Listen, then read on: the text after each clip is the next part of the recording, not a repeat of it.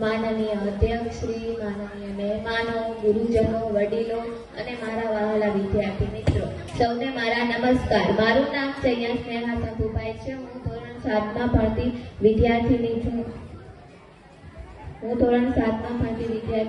હું આજે તમને વર્તમાન પડકાર વિશે થોડું કહીશ. આજે આપણે 21મી સદીમાં જીવી રહ્યા છીએ, જ્યાં વિકાસની ગતિ ખૂબ જ ઝડપી છે. સાથે સાથે પડકારો પણ એટલા જ ગંભીર બન્યા છે.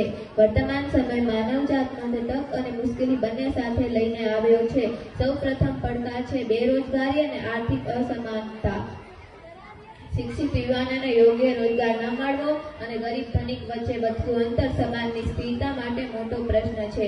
બીજો મહત્વનો પડકાર છે પર્યાવરણ અને હવામાન પરિવર્તન. વધતું પ્રદૂષણ, પાણીની અછત કે અતિવૃષ્ટિ કે દુષ્કાળ જેવી પરિસ્થિતિઓ આપણને ચેતવણી આપે છે કે જો આજે આપણે નહીં જાગીએ તો આવતીકાલે જોખમમાં પડી જશું. ત્રીજો પડકાર છે ટેકનોલોજીનો અસંતુલિત ઉપયોગ. ટેકનોલોજી આપણું જીવન સરળ બનાવે છે, પરંતુ મોબાઈલ વ્યસન, ખોટી માહિતી કે તેનાથી માનવીય સંબંધોમાં ઘટાડા જેવી પરિસ્થિતિઓ પણ ઊભી કરે છે. સાથે સાથે શિક્ષણ, આરોગ્ય અને નૈતિક મૂલ્યોનો ક્ષય પણ ગંભીર ચિંતા છે. માત્ર ડિગ્રી માટે નહીં, પરંતુ મૂલ્ય આધારિત શિક્ષણ પણ સમયની માંગ કરે છે. આજનું શિક્ષણ માત્ર ડિગ્રી માટેનું જ રહી ગયું છે. મૂલ્ય આધારિત શિક્ષણ પણ સમયની માંગ કરે છે.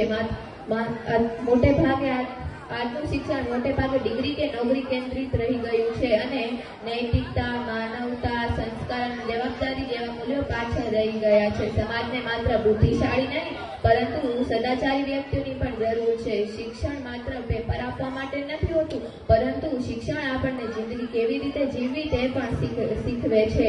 કલમની તાકાત તલવારથી મોટી, શિક્ષણથી બદલાય કિસ્મત નાની મોટી. શિક્ષણ ભણવું બધાને ગમતું નથી, પરંતુ ભણવાના થોડા વર્ષ ધ્યાન દઈને તો આખી જિંદગી બદલી શકાય છે. મિત્રો, પડકારો જેટલા મોટા છે તેટલી માનવ ક્ષમતા પણ વિશાળ છે. જો દરેક નાગરિક પોતાની જવાબદારી નિભાવે, પર્યાવરણનું સંરક્ષણ કરે, ટેકનોલોજીનો સંતુલિત ઉપયોગ કરે અને મૂલ્ય આધારિત શિક્ષણ અપનાવે તો દરેક પડકારને અવસરમાં બદલી શકાય છે. પડકારો આવે તો ડરશો નહીં, એ તો સફળતાનો સંદેશ લાવે છે. જેણે હિંમતથી સામનો કર્યો એ જ ઇતિહાસ રચાવે છે. પડકારો આપણને નબળા બનાવવા નથી આવતા, પરંતુ આપણું સામર્થ્ય ચકાસવા આવે છે. જો દરેક નાગરિક પોતાની જવાબદારી નિભાવે તો કોઈ પણ પડકાર અસમર્થ નથી. પડકારોથી ભાગનાર હારી જાય છે, સામનો કરનાર રાજ કરે છે. હિંમત, મહેનત અને વિશ્વાસથી માનવી પોતાનું ભાગ્ય ઘડે છે. પડકારોનો સામનો કરવો જોઈએ, ના કે તેમાં ફસાઈ જવું જોઈએ.